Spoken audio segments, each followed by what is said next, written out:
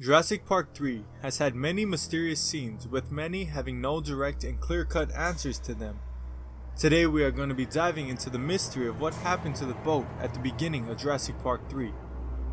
Welcome to Content Jungle. If this is your first time checking out the channel, I'd love for you to consider subscribing and joining our adventures and exploration in the world around us.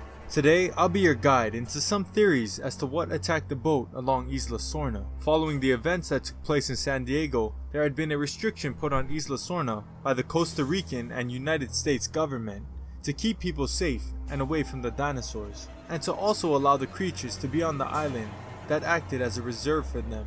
As you can imagine, once word reached the public that there were living, breathing dinosaurs on the island, there were many intrigued small illegal businesses that formed, such as the dinosaur tours. The scene starts off with Eric and Ben setting sail to sightsee along Isla Sorna.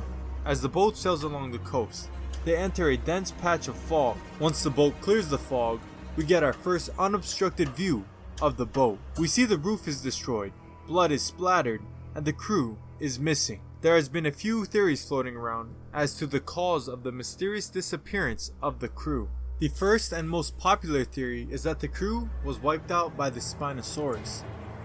As we find out later in the film, the Spinosaurus was not only a fearsome land predator, but also could continue the hunt in the water, just like it did to Dr. Grant and company. While this theory is very compelling, there are a few problems with it. The first problem is that although the Spinosaurus could swim, we can see that the boat is traveling at a considerably fast speed, and it would be difficult for the Spinosaurus to keep up with the boat.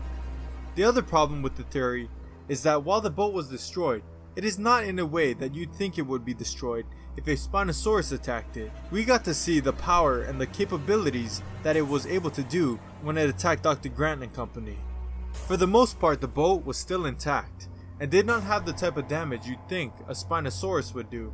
Not to mention that the Spino would have at least knocked the boat off course from the route it was originally traveling. But nevertheless, this theory is very popular and a possibility. The second theory as to what attacked the boat was that a marine reptile of some sort ate the crew, something like a mosasaurus. While there is a possibility that aquatic dinosaurs could keep up with the boat, there are a few flaws in the theory. What makes this unlikely is that much like the Spinosaurus theory, the boat would have been more damaged.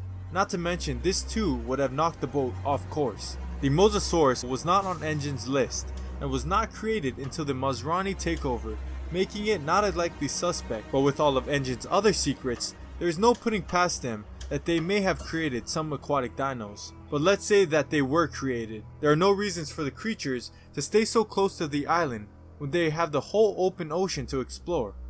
This theory is probably the most unlikely. The last theory, and by far the most compelling and believable cause of the crew being eaten, and the one that I believe in most, is that the crew was eaten by Amanda Kirby. I'm just kidding. This last suspect in the popular theories is that the dinosaur crew was taken out by the pteranodons. This theory seems to be the strongest and hold the most evidence and science to prove it to be true. The biggest argument against this theory is that the pteranodons were locked in their cage until they were set free by our friends. While we do know that there were other pteranodons loose on the island based on the ending of the Lost World, this is not the most convincing explanation for this theory. The most persuading evidence lies in an earlier draft of the film's script. In an earlier version of the film, Dr. Grant comes across the wrecked tour boat before any of the others do. In the early version, Dr. Grant tells Eric to go over to his parents as they await the helicopter to rescue them off the island. Dr. Grant does this to keep Eric from any trauma he may receive from seeing the destroyed boat. He heads over to the boat to see for himself and get answers as to what happened. The cabin, for the most part, is surprisingly intact, but does show some signs of blood. There appears to be 3 gashes on the driver's seat. The 3 claw marks can be seen once again when Grant goes to observe the outside of the boat. He then notices that there are 3-toed tracks in the sand along the beach. As the helicopter comes to their rescue, Eric yells, "We're saved!" This prompts Grant to respond quietly to himself that they most certainly are not. Grant runs away from the boat screaming and trying to wave down the helicopter, with no success. He lets out a final shriek, "Stay back! They're in the trees!" Noticeably, the tree line's upper branches begin to shake. At first, it looks like this is caused by the wind by the chopper, but something more seems to be happening. In a horrific sight, the Pteranodons burst through the tree line and attack the rescue chopper. A battle between the Pteranodons and the chopper proceeds. This is one of several potential outcomes that were created for the endings of JP3. Combine this version with the fact that the movie's cover display showed a Pteranodon with 3 slashes, and the case for the Pteranodon being the culprit is pretty compelling. I personally have always felt that the claw marks were created by the Spinosaurus, but with this earlier script, it is a very real possibility that the Pteranodon took out the boat crew. For some reason growing up, I had always felt that the boat crew was taken out by raptors, but there's not as good evidence that supports this theory, and I feel one of the 3 prior theories are probably more realistic. There are so many possibilities, and without concrete visuals of what happened, we will never know for sure. Jurassic Park 3 seems to have a lot of scenes that are left up to interpretation, and we'll cover more down the line.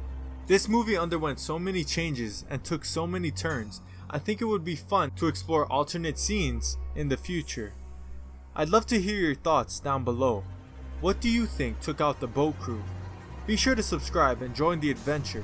Until next time, this is Content Jungle signing out.